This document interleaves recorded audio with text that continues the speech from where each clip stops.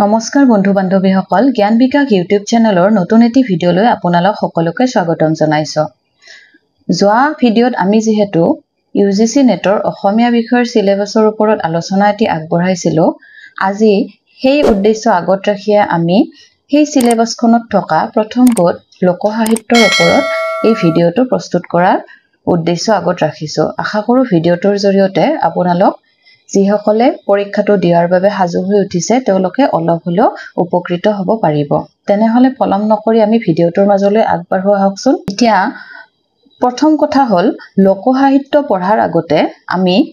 মৌখিক সাহিত্য বা মৌখিক লোকসাহিত্যনো কি তাৰ বিষয়ে জনাটো অতি গুৰুত্বপূৰ্ণ কথা বুলি ভাবো। কাৰণ আমি প্ৰশ্ন কাকতখন কেনেকুৱা আহে সেই বিষয়ৰ ওপৰতহে দৃষ্টি ৰাখি পঢ়া অটুট ৰাখিব লাগিব। কাৰণ প্ৰশ্নখনত থাকেই উক্তি যুক্তি বুলি এটা প্ৰশ্ন দিয়াৰ এটা কি থাকে, পেটাৰ্ন এটা থাকে, হয়নে? যে কিছুমান কথা আমাক কি দিব, উক্তিটো শুদ্ধ নে যুক্তি অশুদ্ধ, সেইবিলাক শুদ্ধ অশুদ্ধ ভাৱে আমি কিছুমান কথা মিলাব লাগে। আৰু যেতিয়া আমি কোনো এটা বিষয়ৰ মানে ভালদৰে বুজি নাপাওঁ যে বিষয়টোৰ ভিতৰতনো কি কথা আছে, ওপৰে ওপৰে পঢ়িলে এই পৰীক্ষাটোত উত্তীৰ্ণ হোৱাত অলপ কষ্টকৰ হ'ব। সেইয়ে ভাবিছো যে খুটি নাটি মাৰি যিহেতু আলোচনাখিনি আগবঢ়ালে আপোনালোকৰো সহায় হ'ব আৰু পঢ়িব লাগে কেনেদৰে সেই বিষয়ে বুজিব পাৰিব। সেয়ে আজি ভিডিঅ'টো মই আৰম্ভ কৰাৰ আগতে লোকসাহিত্যৰ কোৱাৰ আগতে মৌখিক লোকসাহিত্যৰ বিষয়ে অলপমান ক'ব ওলাইছো। আমি সকলোৱে জানো হয়নে যে দশম একাদশ শতিকাৰ আগতে অসমীয়া ভাষা বুলি এটা স্বতন্ত্ৰ ভাষা নাছিল। সেয়ে কি হৈছিল, ভাষাৰ সৃষ্টি নোহোৱাকৈ আগতে সাহিত্যৰ সৃষ্টি হোৱাটো অসম্ভৱ কথা, হয়নে নহয়? কিবা এটা ভাষা, যিকোনো এটা ভাষাত আমি সাহিত্য যদি সৃষ্টি কৰিব লাগে তেনেহলে তাৰ এটা কি হ'ব লাগিব, এটা ভাষা থাকিব লাগিব। আৰু ভাষাৰ জৰিয়তেহে আমি কি সাহিত্য সৃষ্টি কৰো। সেয়ে আমি কি ক'ব লাগিব, সাহিত্য পিছত আহে, ভাষাটো কি হয় আগত আহে।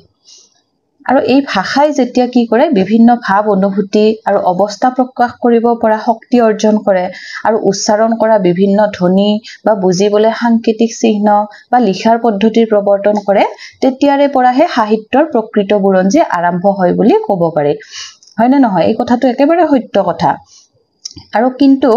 ভাষাই লিখিত অৱস্থা পোৱাৰ আগতে যে কোনো সাহিত্যৰ উদ্ভৱ হোৱা নাছিল তেনে কথা ক'ব নোৱাৰি। যে ভাষাটো লিখাৰ আগতে কোনো সাহিত্য নাছিল সেই কথাটোক আমি ক'ব নোৱাৰো। কাৰণ উদাহৰণস্বৰূপে আমি কি পাওঁ, আমাৰ ওচৰ চুবুৰীয়া যিবিলাক পৰ্বতীয়া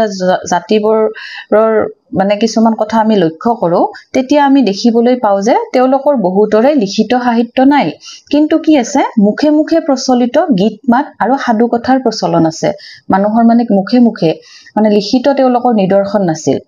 আৰু তেনেধৰণৰ কিছুমান সাধু কথা আছিল, গীত মাত, প্ৰবাদ প্ৰবচন এইবিলাকৰ প্ৰমাণ পোৱা গৈছিল। ঠিক একেদৰেই কি হৈছিল, অসমীয়া ভাষাতো তেনেধৰণৰ লোকগীত, সাধু কথা আৰু প্ৰবাদ প্ৰবচন হয়তো প্ৰচলিত আছিল। আৰু সাহিত্যই লিখিত ৰূপ পোৱাৰ পিছতো আনকি এতিয়াও কিছুমান কি হয়, নিৰক্ষৰ জনসমাজত মানে যিয়ে লিখা পঢ়া কৰিব নোৱাৰে তেওঁলোকৰ মাজত কি আছে, মুখে মুখে গীত পদ ৰচনা কৰি মৌখিকভাৱে তেওঁলোকে কিছুমান গীত বা এই প্ৰবাদ প্ৰবচনৰ ৰীতিটো চলাই আছে। আৰু এনেধৰণৰ পুৰুষানুক্ৰমে মুখে মুখে প্ৰচলিত হৈ অহা লোকগীতসমূহে বিভিন্ন যুগৰ পৰিৱেশৰ প্ৰভাৱত পৰি মত হলায়। তাৰ মানে কি, পৰিৱেশ এটা সলনি হোৱাৰ লগে লগে গীত মাত কথা বতৰা এইবিলাক সকলোৰে সলনি হয়। আমাৰ মানুহৰ যিদৰে হয় সাহিত্যৰো ঠিক একেদৰে হয়। আৰু ভাষাই কি কৰে, আধুনিক এটা গঢ় লয়। আগতে অলপ লিখাৰ ষ্টাইলটো হয়তো বেলেগ আছিল, এতিয়া আধুনিক যুগত বেলেগ হ'ব, নতুন এটা সাজসজ্জা হয়, লিখাৰ গঠনটো এটা বেলেগ হয়, এইবিলাক আমি জানোৱে হয়নে? তাৰ উপৰিও কি হৈছিল, ৰচকৰ কোনো পৰিচয় নথকাত এই মৌখিক সাহিত্যৰ উদ্ভৱ কাল সঠিককৈ নিৰ্ণয় কৰা টান। কোনো এটা কবিতাই বা গল্পই হওক হয়নে, যোনে লিখিছে তেওঁ যিটো সময়ৰ ব্যক্তি আছিল, সেই সময়খিনি যদি আমি গমেই নাপাওঁ হয়নে, কাৰণ তেওঁলোকৰ তো লিখকৰ কোনো প্ৰমাণ নাছিল। সেয়ে কি হ'ব, সেইবিলাকৰ কি উদ্ভৱ কালটো আমি সঠিককৈ ক'ব নোৱাৰো যে এইটো গীত বা এইটো প্ৰবচন ইমান শতিকাৰ। তেনেধৰণৰ কিছুমান কথাও আছিল। আৰু অৱশ্যে কি হৈছিল, এটা কথা আমি কিন্তু এইটোত গুৰুত্বপূৰ্ণ যে ঐতিহাসিক ঘটনাৰ ওপৰত প্ৰতিষ্ঠিত সেইবোৰৰ ৰচনাৰ সময় ঠাৰ কৰিবলৈ কঠিন নহয়। কাৰণ ঐতিহাসিক কোনো যদি এটা ঘটনাৰ কথা কৈছে বা কিবা এটা গীতৰ কথা কৈছে, সেইটো কোন যুগত সংঘটিত হৈছিল সেইটো চাই আমি গম পাওঁ যে এই ঘটনাটো ইমান চনত হৈছিল, গতিকে এই গীতটোৰ ৰচনাকাল এইখিনি সময়তহে হ'ব। সেই কথাটো আমি কিন্তু ক'ব পাৰো। কিন্তু বাকীবোৰ সম্পৰ্কেও এই কথা এটা নিঃসন্দেহে ক'ব পাৰি যে সেইবোৰত অতি প্ৰাচীনতাৰ প্ৰমাণ বৰ কম। আৰু অসমীয়া সাহিত্যৰ বুৰঞ্জীৰ আদি যুগত অৰ্থাৎ দশম ত্ৰয়োদশ শতিকাৰ ভিতৰত সেইবোৰ ৰচিত হৈছিল বুলি ক'বলৈ যুক্তি বৰ কম গতিকে আমি এইখিনি কথা গম পালো যে মৌখিক লোক সাহিত্যনো কি মৌখিক মানে মুখে মুখে হয়নে জনসাধাৰণৰ মুখে মুখে মানে লিখিত নিদৰ্শন অহাৰ আগতে যিখিনি গীত মাত আছিল সেইখিনিৰ কথা মই অলপ থুলমূলভাৱে যিখিনি বুজাব পাৰিছো সেইখিনি বুজাই দিছো এতিয়া আমি আমাৰ আজি মূল বিষয় যেটো আছে লোক সাহিত্য তাৰ বিষয়ে আমি অলপ আলোচনা আগবঢ়াম আৰু এই আলোচনাৰ কাৰণে আমি প্ৰধানকৈ কিতাপ আপোনালোকৰ মাজত হয়তো আছেই আমি ডিগ্ৰী পঢ়ি থাকোতে এখন কিতাপ কিনিব দিছিল হয়নে অসমীয়া সাহিত্যৰ সমীক্ষাত্মক ইতিবৃত্ত আৰু এইখন আমাৰ হাতপুথি আছিল অসমীয়া মেজৰৰ ছাত্ৰ-ছাত্ৰীসকলৰ কাৰণে ডক্টৰ সত্যেন্দ্ৰনাথ শৰ্মা ছাৰৰ এইখন আপোনালোকে চাব পাৰে লগতে অসমীয়া সাহিত্যত দৃষ্টিপাত হেমন্ত কুমাৰ শৰ্মাৰ ছাৰৰ যিখন কিতাপ আছে সেইখন আপোনালোকে চাব পাৰে তাৰ মাজতে প্ৰশ্নবিলাক আহে আৰু তাৰ উপৰিও যদি কিবা কিতাপ চাব খুজে তেনেহলে অসমীয়া লোক সাহিত্যৰ ৰূপৰেখা যিখন লীলা গগৈ ছাৰৰ আছে লগতে অসমীয়া সাহিত্যৰ ৰূপৰেখা মহেশ্বৰ নেওগ ছাৰৰ এইকেইখন কিতাপ এই ইউনিটটোৰ কাৰণে চালে আপোনালোকে সহায় পাব আৰু এইখিনি আমি এতিয়া আলোচনা আগবঢ়াম যে লোক সাহিত্যৰ বিষয়নো কি আমি পঢ়িব লাগিব পৰীক্ষাত কেনে ধৰণৰ প্ৰশ্ন আহে তেনেহলে আমি এইখিনিৰ বিষয়ে যে আলোচনাটো আগবঢ়াও আমাক তোৰ পৰীক্ষাত এনেকে নাহে যে লোক সাহিত্য বুলিলে কি বুজা গতিকে সেইখিনি আৰু মই ইয়াতে কৈ নাথাকো মাথু কিতাপখন পঢ়িলে কেনে ধৰণৰ বস্তুবিলাক আপোনালোকে চাব লাগে সেইখিনিৰ ওপৰতহে এই ভিডিওটো মই আগবঢ়াইছো ইয়াতে প্ৰথমখিনিত ইমান এটা গুৰুত্বপূৰ্ণ কথা নাহে মানে কথাখিনিটো গুৰুত্বপূৰ্ণই কিন্তু পৰীক্ষাত অহা দেখা নাই আমি মৌখিক সাহিত্যৰ বিষয়টো আগতে ক'লোৱে এইখিনি অলপ বুজি ললে ভাল এতিয়া আমি ইয়াতে যে আছে এই কিতাপখন মই এইটোৰ পৰা দিছো অসমীয়া সাহিত্যত দৃষ্টিপাত যিখন কিতাপ আছে ডক্টৰ হেমন্ত কুমাৰ শৰ্মা ছাৰৰ আপোনালোকৰ মাজত যদি কিতাপখন আছে তেনেহলে চাই যাব পাৰিব ইয়াতে যে আছে যে পদুম কুঁৱৰীৰ গীত বৰফুকনৰ গীত আদিৰ ৰচনাকাল ঊনবিংশ শতিকা এইটো এটা গুৰুত্বপূৰ্ণ তথ্য আমি পালো আমাৰ যে কৈছিলো সিলেবাসখন আলোচনা কৰোতে যে গীতবিলাকৰ কথা আহে কোন শতিকাত ৰচিত গতিকে প্ৰশ্নবিলাক এনেদৰে আহে যে পদুম কুঁৱৰীৰ গীত আৰু বৰফুকনৰ গীতৰ ৰচনাকাল কোন শতিকা তেতিয়া দিব ঊনবিংশ শতিকা বিংশ শতিকা একবিংশ শতিকা এনে ধৰণৰ চাৰিটা আমাৰ অপচন থাকে যেহেতু প্ৰশ্ন কাকতখন আপোনালোকে হয়তো দেখিছেই তাত যদি আমি এইটো মনতে নাৰাখো তেতিয়া কি হ'ব উত্তৰটো কৰাত খেলিমেলি হ'ব হয়নে গতিকে ইয়াত এটা আমি তথ্য পালো যে পদুম কুঁৱৰীৰ গীত বৰফুকনৰ গীত আদিৰ ৰচনাকাল ঊনবিংশ শতিকা নেক্সট আমি চাম ইয়াতে আছে যে প্ৰথমতে টকাৰী নাম দেহ বিচাৰৰ গীত প্ৰমুখ্যে কিছুমান ভকতীয়া লোকগীতৰ ৰচনাকাল ষোড়শ শতিকাৰ পাছৰ বুলি ধৰিব পাৰি ইয়াতেতো আমি পাই গলো হেনে টকাৰী নাম আৰু দেহ বিচাৰৰ গীতৰ সময় কিমান ষোড়শ শতিকাৰ পাছৰখিনি ধৰা হয় আৰু এই দুটাৰ উদাহৰণ দিব পাৰে যে ষোড়শ শতিকাত বিছত ৰচিত লোকগীতৰ আৰ্হি কোন দুটা আছিল তাতে আমি লিখিম টকাৰী নাম আৰু দেহ বিচাৰৰ গীত প্ৰশ্নবিলাক আমি দুই বা তিনি ধৰণে আমি যেনেদৰে হওক মানে এনে মনত ৰাখিব লাগিব কাৰণ এইটোৱে যে আহিব তেনে কথা নহয় যে এনে উল্টাকেও দিব পাৰে প্ৰশ্নটো গতিকে আমি শতিকাটো মনত ৰাখিব লাগিব আৰু কোন শতিকাৰ গীত দুটাৰ নামো আমি মনত ৰাখিব লাগিব যে টকাৰী নাম আৰু দেহ বিচাৰৰ গীত তাৰ পিছত আছে বিষয়বস্তু আৰু ৰচনা ৰীতিৰ ফালৰ পৰা অসমীয়া লোক সাহিত্যক প্ৰধানকৈ তিনিটা ভাগত ভগাব পাৰি লোকগীত ফকৰা যোজনা সাথৰ আৰু কি আছিল সাথৰ পতন্তৰ আৰু সাধু কথা আমি এই কথাখিনি মনত ৰাখিলে হল যে বিষয়বস্তু আৰু ৰচনা ৰীতিৰ ফালৰ পৰা লোক সাহিত্যক প্ৰধানকৈ কেইটা ভাগত ভগাব পাৰি তাৰ পিছত আছে প্ৰথম যে আছে লোকগীতৰ বিষয় ইয়াত আছে আৰু এই লোকগীতসমূহক এটো মনত ৰাখিব লোকগীতবোৰক প্ৰধানকৈ কেইটা শ্ৰেণীত ভাগ কৰিব পাৰি তিনি শ্ৰেণীত কেতিয়াবা প্ৰশ্ন আহিব পাৰে 2 3 বা 4 5 এনেকৈ অপচনত দিব তেতিয়া আমি যদি জানো যে লোকগীতবোৰক প্ৰধানকৈ তিনি ভাগতে ভগাব পাৰি সেই এটা প্ৰশ্ন আমাৰ ওলাল এটো হ'ব অনুষ্ঠানমূলক কৰ্ম বিষয়ক আৰু আখ্যানমূলক এই তিনিটা মনত ৰাখিলে হল যে লোকগীতক তিনি ধৰণে ভাগ কৰিব পাৰি এতিয়া অনুষ্ঠানমূলক গীতৰ ভিতৰত কোনবিলাক আহে কেইটামান গীতৰ নাম গীত তুলি দিব যে এই কেইটাৰ মাজত অনুষ্ঠানমূলক গীত কোনটো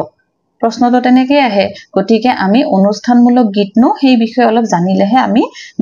মানে এনসাৰটো কৰাত সুবিধা হ'ব তেতিয়া কি কৈছে অনুষ্ঠানমূলক গীতৰ ভিতৰত কি আছে বিহু গীত বিয়া নাম ভেকুলী বিয়াৰ নাম আই নাম আদি পৰে এনেকৈ মনত ৰাখিব যে অনুষ্ঠান মানে কিবা এটা ঘৰত পতাই হওক বা বেলেগত পতাই হওক কিবা এটা অনুষ্ঠানৰ বিষয়ে কৈছে হয়নে আৰু সেই গীতসমূহকে অনুষ্ঠানমূলক গীতৰ ভিতৰত ধৰা হয় এতিয়া বিহু গীত এটা অনুষ্ঠান আয়োজন কৰে নে নকৰে বিহু গীত মাতৰ বিয়া নাম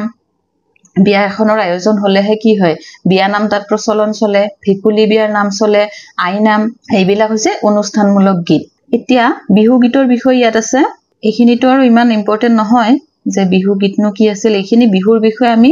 জনা কথাই আছে তথাপিও আপোনালোকে এবাৰ কিতাপখন পঢ়িলে পঢ়ি চাব ইমান ডিটেইলছত যদি মই পঢ়াব যাওঁ তেনেহলে ভিডিওটো বহুত দীঘলীয়া হৈ যাব মই যিবিলাক প্ৰশ্ন আহিব পাৰে সেই হিচাপেহে ভিডিওটো প্ৰস্তুত কৰিছো ইয়াতে চাব আৰু এই যে উদাহৰণটো আছে ঘৰতো নবহে মন সমনীয়া পথাৰতো নবহে মন কমোৱা তুলাবোৰ যেনেকৈ উৰিছে তেনেকৈ উৰিবৰ মন এইটো দি দিলে হেনে দি কব যে এইটো তাৰ পিছত হ'ব কি বিহু গীত বিয়া নাম ভেকুলী বিয়াৰ নাম কোন প্ৰকাৰৰ গীতৰ ভিতৰত এইটো পৰে তেতিয়া আমি ইয়াতে বিহু গীতবোৰ আমাৰ বাছি উলিয়াটো ইমান টান নহয় কাৰণ পঢ়ি চালে আমি গম পাও যে এইটো বিহু গীতৰে উদাহৰণ বাকি গীতবোৰ অলপ আমি মনত ৰাখিবলগীয়া কিন্তু বিহু গীতৰ ক্ষেত্ৰত তেনে বেছি মনত ৰাখিবলগীয়া কথা বুলি নাভাবো বেছি টান নহয় বিহু গীতবোৰ বাছনি কৰোতে এতিয়া নেক্সট আছে আমাৰ আৰু এইটো কথা মনত ৰাখিব লাগে ইয়াতে যে আছে বিহু গীতটো আমাৰ হৈ গল এতিয়া বিয়া নামৰ ক্ষেত্ৰত আমি মন কৰিবলগীয়া কথা আছে এইটো প্ৰশ্ন আহি থাকে এনে গীতক জোৰা নাম বা খিসা গীত বোলে নামনি অসমৰ ফালে এইটো মনত ৰাখিব হা বিয়া নামবোৰক নামনি অসমত কি বোলে খিসা গীত বুলিও কোৱা হয় বা জোৰা নাম বুলিও কোৱা হয় ইটোৰ পৰা প্ৰশ্ন অহা আগতে দেখা পোৱা গৈছে তাৰ পিছত চাব ভেকুলী বিয়াৰ গীতটো এবাৰ চাই লব ইয়াতে আছে উল্লেখ এতিয়া আমি চাম মহোহো গীত ইয়াতে আছে নামনি অসমৰ আঘোনী পূৰ্ণিমাত বহু লৰা ডেকাই জুম বান্ধি ঘৰে ঘৰে ফুৰে হাতৰ টাঙনেৰে শব্দ কৰি মখেদাৰ চলেৰে কিছুমান আশীৰ্বাদ সূচক বা ধেমেলীয়া গীত গায় আৰু এই গীতবোৰকে মহোহো গীত বোলা হয় এইটো গীত আমি সৰু থাকোতে পাইছো এতিয়া হয়তো ইয়াৰ প্ৰচলন কমিছে হয়নে আজিকালি লৰা ছোৱালী বিলাকে এইবোৰ কৰিব নাযায় মহোহো গীতত কি হয় নামনি অসমত বিশেষকৈ এতিয়া প্ৰশ্ন আহিব পাৰে মহোহো গীত কোন অঞ্চলত প্ৰচলিত নামনি অসমৰ ফালে বেছি প্ৰচলিত হয় হয়নে আৰু বা গীতটো এটা উঠাই দিব হেতু কোন ধৰণ কি ধৰণৰ গীত হেতু আমি চাব লাগিব মহোহো গীত বিলাক অলপ চাব লাগিব আৰু মহোহো গীতত কি হয় উজনিৰ হুচৰি গীতৰ নিচিনা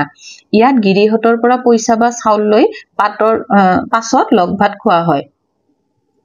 ইয়াতে এইটো কথা বেছি মন কৰিবলগীয়া উত্তৰ কামৰূপৰ বাম্বল পিতা গীত আৰু গোৱালপাৰাৰ এউৰিমগা গীতো এনে ধৰণৰ এই দুটা উদাহৰণ দিব পাৰে যে বাম্বল পিতা গীত আৰু এউৰিমগা গীত কোনটো গীতৰ অন্তৰ্গত তেতিয়া আমি মহোহো গীত দিম বা এইটো দিব পাৰে যে বাম্বল পিতা গীত আৰু এউৰিমগা গীত কোন অঞ্চলত প্ৰচলিত তেনেহলে উত্তৰ কামৰূপ আৰু এইটো কি হৈছে এউৰিমগা গীত গোৱালপাৰা প্ৰশ্নবিলাক তেনেদৰে আহে সেই কাৰণে কি কিতাপ যদি আমি নপঢ়ো মূল কিতাপ আমি নপঢ়ো আমি সকল কি আজিকালি বহুতে ভিডিও বিলাক প্ৰস্তুত কৰে কি এমসিকিউ দিয়ে 5-10 টাকে এমসিকিউ দি দিলে তাৰে আপোনালোকে শুদ্ধ উত্তৰটো কোনটো হেতু কৰি গল হেনেকে হলে কিন্তু পৰীক্ষাটো পাস কৰাটো জটিল হয় কাৰণ উক্তি যুক্তিবোৰৰ কথা বহুত আহে গতিকে আমি যদি কনসেপ্ট বিলাক ক্লিয়াৰ কৰি নাযাও উক্তি যুক্তিৰ নম্বৰ কিটা কিন্তু একদম মানে কাটা যাব হেয়ে কৈছো যে প্ৰশ্নবিলাক কেনে ধৰণৰ আহে সেই হিচাপে অলপ আইডিয়া এটা লৈ মেইন কিতাপ কেইখন পঢ়িলেহে কামত আহিব এতিয়া নেক্সট আছে ভক্তিমূলক গীত উল্লেখিত ভক্তি নিৰপেক্ষ গীতৰ উপৰি আইনাম সুবচনীৰ নাম জগন্নাথৰ নাম দেৱীৰ নাম আউল পূজাৰ নাম গোসানীৰ নাম লক্ষ্মী সবাহৰ গীত অপেশ্বৰা সবাহৰ গীত গোসাই নাম আদিকৈ আৰু বহুতো অনুষ্ঠানমূলক গীত আছে আৰু এই গীতবোৰ কোনে ৰচনা কৰে তিৰোতাসকলে ৰচনা কৰা কিন্তু আৰু এই গীতবোৰত কি হয় বিভিন্ন দেৱদেৱীৰ প্ৰতি থকা ভক্তিভাৱ আৰু লোকবিশ্বাসৰ প্ৰবাদ পাইছে আৰু আই বা বসন্ত ৰোগ হলে শীতলা আই সন্তুষ্ট কৰি আইনাম গালে ৰোগ ভাল হয় বুলি বিশ্বাস কৰা হয় আই বা বসন্ত ওলালে কোন গৰাকী দেৱীক স্তুতি কৰা হয় প্ৰশ্ন এটা পালো তেনেহলে কোন হ'ব শীতলা আই শীতলা নামৰ যি গৰাকী আই আছে তেওঁক পূজা অৰ্চনা কৰিহে আইনাম গালে ৰোগ আৰোগ্য হয় বুলি কোৱা হয় আৰু দেশৰ মংগলৰ কাৰণে দুৰ্গা পূজাৰ সময়ত দেৱীৰ নাম গাব লাগে কিহৰ কাৰণে দেৱী নাম দেশৰ মংগলৰ কাৰণে আৰু কোন সময়ত দুৰ্গা পূজাৰ সময়ত তাৰ পিছত আছে শুভচনীৰ গীত আৰু নামৰ ব্যৱস্থা কৰিলে অপায় অমংগল আতৰে আৰু কামনা সিদ্ধি হয় কামনা সিদ্ধি কাৰ গীত গালে হয় শুভচনীৰ গীত গালে আৰু যে তাৰ পিছতে আছে চাব লৰা ছোৱালী হুকাই খিনাই গলে আৰু অপেশ্বৰাৰ দোষে পাইছে বুলি অপেশ্বৰা সবাহ পাতি গীত গোৱা হয় প্ৰশ্ন আহিব পাৰে লৰা ছোৱালী হুকাই খিনাই গলে কোন গৰাকী দেৱীক স্তুতি কৰা হয় তেতিয়া হ'ব অপেশ্বৰা সবাহৰ গীত গাই আমি কি কৰিব পাৰো মংগল কামনা কৰিব পাৰো এইখিনি কথা গুৰুত্বপূৰ্ণ আৰু এইটো চাব যে এই আটাই গৰাকী দেৱীক মহামায়া বা পাৰ্বতীৰ অনুৰূপ বুলি বিশ্বাস কৰা হয় এইখিনি আমি ইয়াতে এই পেজটোৰ গুৰুত্বপূৰ্ণ কথা তাৰ পিছত আছে আৰু লক্ষ্মী আদৰা এটা আছে লক্ষ্মী আদৰা নামত কৃষিৰ অধিষ্ঠাত্ৰী দেৱী লক্ষ্মীক খেতি চপোৱাৰ আগখিনিতে আদৰি অনা হয় লক্ষ্মী আদৰা নাম কোন গৰাকী দেৱী লক্ষ্মী দেৱী এইটো হয়তো আমি জানোৱে হয়নে পৰৱৰ্তী লাইনটোত আছে আগুনি পূৰ্ণিমাত সধবা তিৰোতাসকলে স্বামী আৰু পৰিয়ালৰ মংগলৰ কাৰণে আৰু অবিবাহিত ছোৱালীয়ে মনমত পতি পোৱাৰ আশাৰে কাত্যায়নীক পূজা কৰি চৰাব্ৰতৰ গীত গায় এইটো এটা গুৰুত্বপূৰ্ণ তথ্য যে আগুনি পূৰ্ণিমাত কোনে গায় সধবা তিৰোতাসকলে স্বামী আৰু পৰিয়ালৰ মংগলৰ কাৰণে আৰু অবিবাহিত ছোৱালীয়ে কিহৰ কাৰণে গায় যে মনে বিচৰা এটা এগৰাকী যাতে পতি পায় সেই হিচাপে কাক পূজা কৰে কাত্যায়নী দেৱীক পূজা কৰে মনত ৰাখিব কাত্যায়নী দেৱীক কোনে পূজা কৰে এই দুই শ্ৰেণীৰ লোকে পূজা কৰে তাৰ পিছত আছে এইখিনি আপোনালোকে নিজে অলপ পঢ়ি চাব দে বিচাৰৰ গীত আৰু টকাৰী গীতত কি থাকে এতিয়া আমি গুৰুত্বপূৰ্ণ কথা হৈছে এইটো ইয়াতে কিতাপখনত মোৰ চিন দিয়া আছিল কছাৰীসকলৰ মাজত অনিয়মিত অসমীয়া ভাষাত চলা হাইদাং গীত ভক্তিমূলক এতিয়া আমি হাইদাং গীতৰ কথা জানিব লাগিব হাইদাং গীত কোন জনগোষ্ঠীৰ মাজত প্ৰচলিত তেতিয়া আমি লিখিম কছাৰীসকলৰ মাজত আৰু হাইদাং গীত ভক্তিমূলক হয় নে নহয় সেই বিষয়টো জানিব লাগিব কেতিয়াবা উক্তিত দি দিব পাৰে যে কছাৰীসকলৰ মাজত অনিয়মিত অসমীয়া ভাষাত চলা হাইদাং গীত ভক্তিমূলক আমি যদি কথাটো জানো তেতিয়াহে উক্তিটো আমি শুদ্ধ বুলি ক'ব পাৰিম আৰু যুক্তিত তেনে ধৰণৰ এটা বেলেগ দি দিব পাৰে যে যুক্তিত দি দিলে এইটো কৰ্ম বিষয়ক গীতৰ ভিতৰত ধাই নাম নাও খেলৰ গীত গৰখীয়া গীত আদিক ধৰিব পাৰি উক্তি যুক্তি শুদ্ধ বুলি দিব তেনেহলে যদি শুদ্ধ আছে কোনবাটোত হয়তো উক্তিটো অশুদ্ধ বুলি দিব যুক্তি শুদ্ধ গতিকে আমি যদি কথাখিনি ভালদৰে পঢ়ি লওঁ তেতিয়াহলে আমি নিশ্চয় উক্তি যুক্তিখিনি কৰিব পাৰিম কাৰণ এইটো কি এটা সত্য কথা হয়নে যে হাইদাং গীত ভক্তিমূলক আৰু এইটো কি হ'ব কৰ্ম বিষয়ক গীতৰ ভিতৰত নাও খেলৰ গীত ধাই নাম এই দুটা কৰ্ম বিষয়ৰ গীত এতিয়া আমি কৰ্ম বিষয়ক গীতনো কি সেইখিনি জানিলেহে আমি এই গীতৰ উদাহৰণ বিলাক হয় নে নহয় জানিব পাৰিম হয়নে গতিকে আমি পঢ়িবলৈ হলে এনে ধৰণৰ কিছুমান টিপস ফলো কৰিব লাগিব এনে পঢ়ি গলে নহব হয়নে অলপ মানে ভালদৰে খুটি নাটি মাৰি যে এইখিনিৰ পৰা এনে ধৰণৰ প্ৰশ্ন আহিব পাৰে কাৰণ আগৰ প্ৰশ্নবিলাক চালেহে আমি এটা ধাৰণা কৰিব পাৰিম এতিয়া চাব কৰ্ম বিষয়ৰ গীতৰ কথা কলো কৰ্ম মানে কি কাম হয়নে কামৰ লগত জড়িত যিবিলাক গীত গোৱা হয় সেইবিলাককে আমি কি কৰ্ম বিষয়ক গীত বুলি কওঁ ঠাই নাম নাও খেলৰ গীত নাও চলোৱাতে যে এটা কি আছে কম্পিটিশন পাতে না নাপাতে নাও খেলৰ আজিকালি হয়তো আমাৰ ইফালে নাই গৰখীয়া গীত আদি গৰু চৰাব যাওঁতে যে গৰখীয়া সকলে গীত গায় সেইবিলাকক কি বুলি কয় যেহেতু সেইটো এটা কামৰ লগত সংগতি যাতে কামটোৰ পৰা বিৰক্তি ভাৱ এটা নহয় তেনে ধৰণৰ কিছুমান গীত গাইছিল কাৰণ আগতেতো মোবাইল ফোন নাছিল হয়নে এতিয়াহে মোবাইল ফোন আহিছে গতিকে কি হয় বেলেগ আৰু গীত মান গোৱাৰ কথাই নাথাকে মোবাইল ফোনটোতে আমি চাই যাব পাৰো সব বিলাক হয়নে গতিকে আগতে মানুহবিলাকে এনে ধৰণৰ গীত মান গাই গৈছিল তাৰ পিছত আছে আৰু উদাহৰণ বিলাক দি দিব পাৰে কৰ্ম বিষয়ক গীতৰ ভিতৰত এই ধাই নামটো এটা কৰ্ম বিষয়ক গীত নাও খেলৰ গীত আৰু গৰখীয়া গীত আৰু ইয়াতে চাব ধাই নামৰ গীত বিলাক অলপ চাই যাব এইটো আমি সৰুতে পাইছিলো হেনে অফুল নুফুল কিয় গৰুৱে যে আখাই মইন নাখাম কিয় এনে ধৰণৰ কিছুমান গীত আছে এইখিনি অলপ নিজাকে পঢ়ি চাব আপোনালোকে তাৰ পিছত আছে ইয়াতে যে কিতাপখনত মোৰ চিন দিয়া আছে চাব মলুৱাৰ গীতত অসমীয়া হেপিনীৰ প্ৰিয় বস্তু নেওথনি যতৰ তাঁতশাল আদিৰ উল্লেখ পোৱা যায় এই এটা প্ৰশ্ন হ'ব পাৰে যে মলুৱাৰ গীতত কিহৰ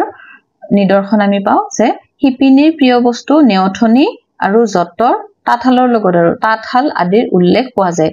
আৰু এইকেইটা দিব পাৰে যে নেওথনি যতৰ তাঁতশালৰ উল্লেখ থকা গীতৰ উদাহৰণ দিয়া মলুৱাৰ গীত থাকিব তাৰ পিছত বেলেগ বেলেগ আৰু গীতৰ উদাহৰণ দিব তেতিয়া আমি এটো শুদ্ধ উত্তৰ দিম যে মলুৱাৰ গীততহে আমি এই বিলাকৰ উল্লেখ দেখা পাওঁ এটো এটা প্ৰশ্ন হ'ব পাৰে এতিয়া আছে নেক্সট আছে মোৱামৰীয়া সকলে যুজলৈ হাজু হওতে গোৱা এই ধেনু এই কাৰ গীতটো চাব দে ডেকাদেউ ধেনুধৰ মুলং মাৰিবলৈ যাও আদি মোৱামৰীয়া ৰনুৱাৰ গীত তেনেহলে আমি পালো মোৱামৰীয়া ৰনুৱাৰ গীতৰ এটা উদাহৰণ এইটো তুলি দিব পাৰে যে এইটো কোন শ্ৰেণীৰ গীত এই ধেনু এই কাৰ ডেকাদেউ ধেনুধৰ মুলং মাৰিবলৈ যাও তেনেহলে আমি গম পালো এইটো হ'ব মোৱামৰীয়া ৰনুৱাৰ গীত হয়নে তাৰ পিছত আছে আখ্যানমূলক গীত ইয়াতে যে আছে 3 নম্বৰটোত আমি চাম আখ্যানমূলক গীতৰ ভিতৰত কি আছে এই গীতৰ মাজেদি একোটা আখ্যান বৰ্ণনা কৰা হয় ইয়াত কাহিনী গীত বা মালিতাও বলে ইয়াক কাহিনী গীত বা মালিতাও বুলি কোৱা হয় আৰু ইংৰাজীত ইয়াক বেলাড বুলি কয় আমি হয়তো এই শব্দটো শুনিছোৱে এনে গীতত বীৰত্বব্যঞ্জক বা আদি ৰসাত্মক কাহিনী দুঃসাহসিক বা অতিপ্ৰাকৃত ঘটনা আদিও বৰ্ণিত হয় কিন্তু কৰুণ ৰসে এনে গীতৰ প্ৰধান হ'ল ইয়াতে কেতিয়াবা উক্তি দি দিব পাৰে যে কি আছিল আখ্যানমূলক গীতৰ বৈশিষ্ট্যৰ ভিতৰত এইটো পৰে যে কৰুণ ৰসে এনে গীতৰ প্ৰধান হ'ল উক্তি শুদ্ধ নে ভুল তেনেহলে আমি এইটো পঢ়িলেহে গম পাম বহুতে সুধি থাকে যে উক্তি যুক্তিৰ প্ৰশ্নবিলাকতে খেলিমেলি লাগে বাকিখিনিতো কিতাপত তথ্য আকাৰে পাওৱে হয়নে কিন্তু এই উক্তি যুক্তিৰ প্ৰশ্নবিলাক এনে ধৰণে আহে পৰীক্ষাটো দি মানে জানিব পাৰিছো প্ৰথমে মোৰো ভয় লাগিছিল যে উক্তি যুক্তিত বহুত নম্বৰ কাটা যায় হয়নে কিন্তু এনে ধৰণে পঢ়িলে অলপ হয়তো আমি কৰাত সুবিধা এটা পাও আৰু এতিয়া চাব এই যে মালিতাৰ কথা আমি পালো বেলাড বা মালিতা এতিয়া তলত আছে বিষয়বস্তুৰ ফালৰ পৰা মালিতাক 3 শ্ৰেণীত ভগাব পাৰি ইয়াতে এটা প্ৰশ্ন ওলাল যে মালিতা কেই ভাগত ভগাব পাৰি 2 3 4 5 আগতে যে এটা কৈছিল ঠিক একেদৰে মালিতাকো দিব পাৰে তেনেহলে আমি কি পাম মালিতাক 3টা শ্ৰেণীতে ভগাব পাৰি আৰু সেই 3টা কি হৈছে বুৰঞ্জীমূলক কিংবদন্তি বা জনশ্ৰুতিমূলক তাৰ পিছত আৰু কাল্পনিক বা বুৰঞ্জীমূলক মালিতাৰ ভিতৰত এইটো 3টা মনত ৰাখিব বুৰঞ্জীমূলক কিংবদন্তি বা জনশ্ৰুতিমূলক আৰু কাল্পনিক এই 3টা হল মালিতাৰ ভাগ আৰু এই বুৰঞ্জীমূলক যেটো আমাৰ পইণ্ট আছে তাৰ ভিতৰত কি পৰে এইকিটা মনত ৰাখিব কিন্তু প্ৰশ্ন আহি থাকে ইয়াৰ পৰা নাহৰৰ গীত চিকন হৰিহৰ গীত জয়মতী কুঁৱৰীৰ গীত গৌৰীনাথ সিংহৰ গীত হৰদত্তৰ গীত মণিৰাম দেৱানৰ গীত আদি পৰে এইটো মনত ৰখাৰ এটা টিপস আছে মই এনে ধৰণে মনত ৰাখিছিলো যে বুৰঞ্জীৰ লগত জড়িত যিবিলাক গীত আছে আমি নামকিটা গম পালে মানে প্ৰশ্নটো উত্তৰ কৰাত সুবিধা হয় যে নাহৰৰ গীত আছিল জয়মতী কি বুৰঞ্জীৰ লগত জড়িত এটি চৰিত্ৰ হয় না নহয় তে গৌৰীনাথ সিংহ তেওঁলোকৰ নামবিলাক চালে আমি গম পাওঁ যে এইটো বুৰঞ্জীমূলৰ ভিতৰত পৰিব ঠিক একেদৰে মণিৰাম দেৱান তাৰ পিছত আছে ইয়াৰ ভিতৰত নাহৰৰ গীত প্ৰাচীনতম আৰু মণিৰাম দেৱানৰ গীত একেবাৰে অৰ্বাচীন মানে নতুন এইটো এটা গুৰুত্বপূৰ্ণ তথ্য নাহৰৰ গীত প্ৰাচীনতম আৰু মণিৰাম দেৱানৰ গীত কি আছিল অৰ্বাচীন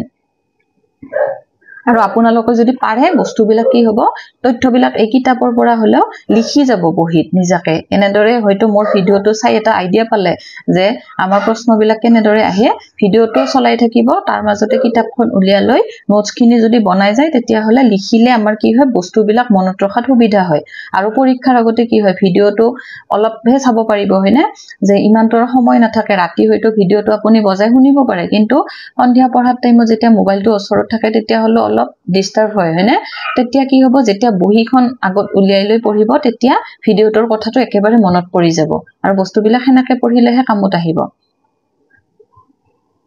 এতিয়া আছে আমি গীতবিলাকৰ উদাহৰণটো পালো বুৰঞ্জীমূলক এতিয়া কিংবদন্তি বা জনশ্ৰুতিৰ ওপৰত ৰচিত গীত কি আছে সেইখিনি চাম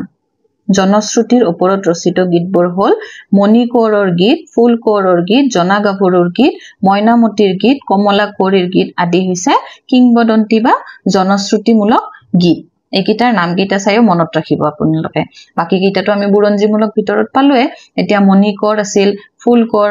তাৰ পিছত জনা গাভৰু আছিল এইবিলাক কিংবদন্তি বা জনশ্ৰুতিৰ ওপৰত ৰচিত গীত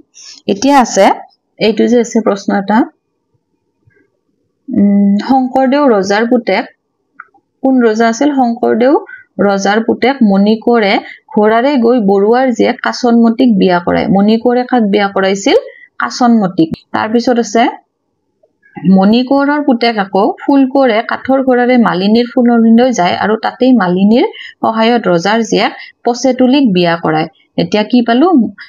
মণিকৰৰ পুতেক কোন আছিল ফুলকৰ আছিল হয়নে আৰু ফুলকৰে কি কৰিছিল কাঠৰ ঘোঁৰাৰে গৈ মালিনীৰ ফুলনিলৈ গৈছিল আৰু তাতেই মালিনীৰ সহায়ত ৰজাৰ জীয়েক কাক বিয়া কৰাইছিল পচেতুলিক ইয়াতে আমি দুটা তথ্য পালো এই দুটা মনত ৰাখিব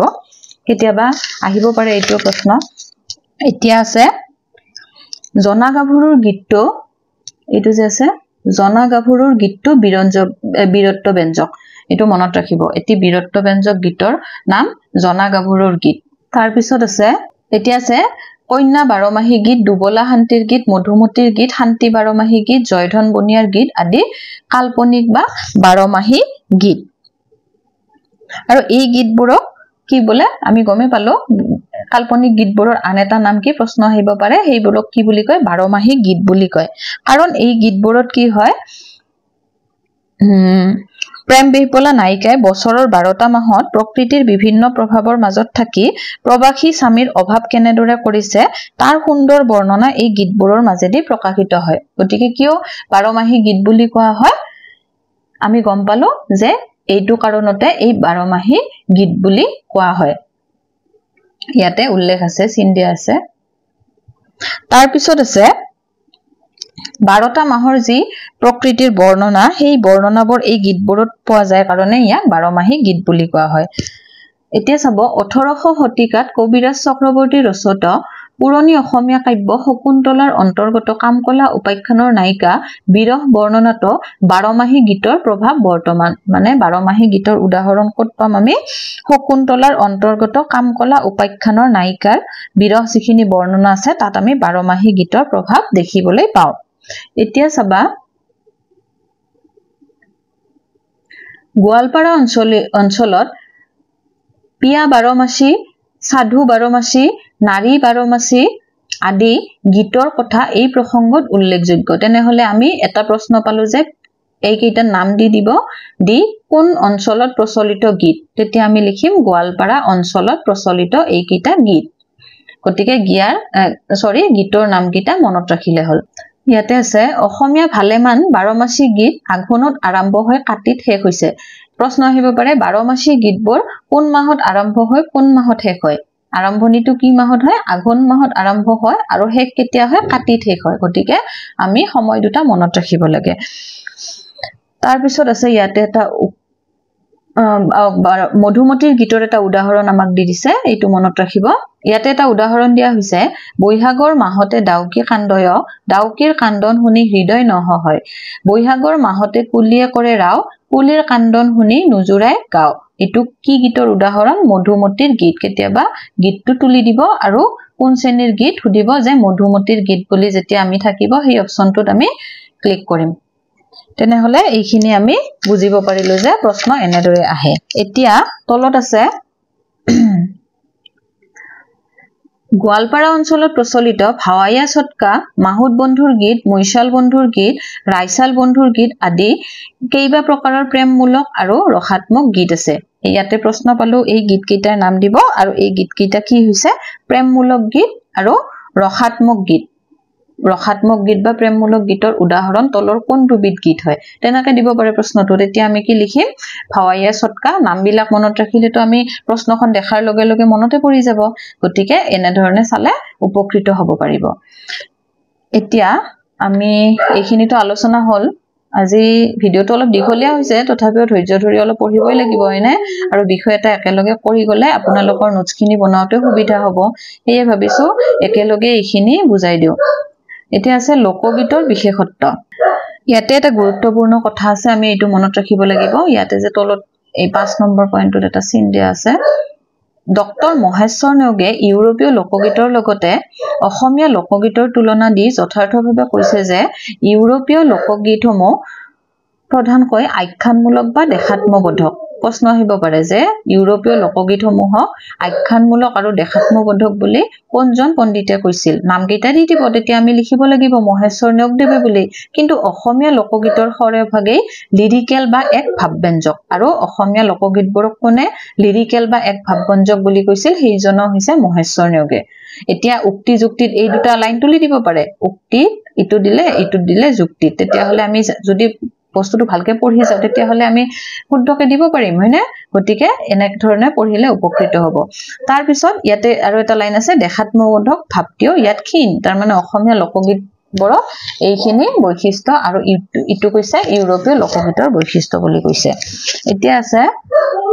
ইয়াতে এটা আমি মণিকোৰৰ গীত পাম ফুলকোৰৰ গীত মণিকোৰৰ গীত যে পাইছিলো বিহু গীতটো আপোনালোকে চাই লব এতিয়া মণিকোৰৰ গীতটো মই কৈছো অৰি কুমাৰৰ ঘড়ী এপতাৰে পৰা নামি এডিঙলৈ তামুলিৰ হাততে ধৰি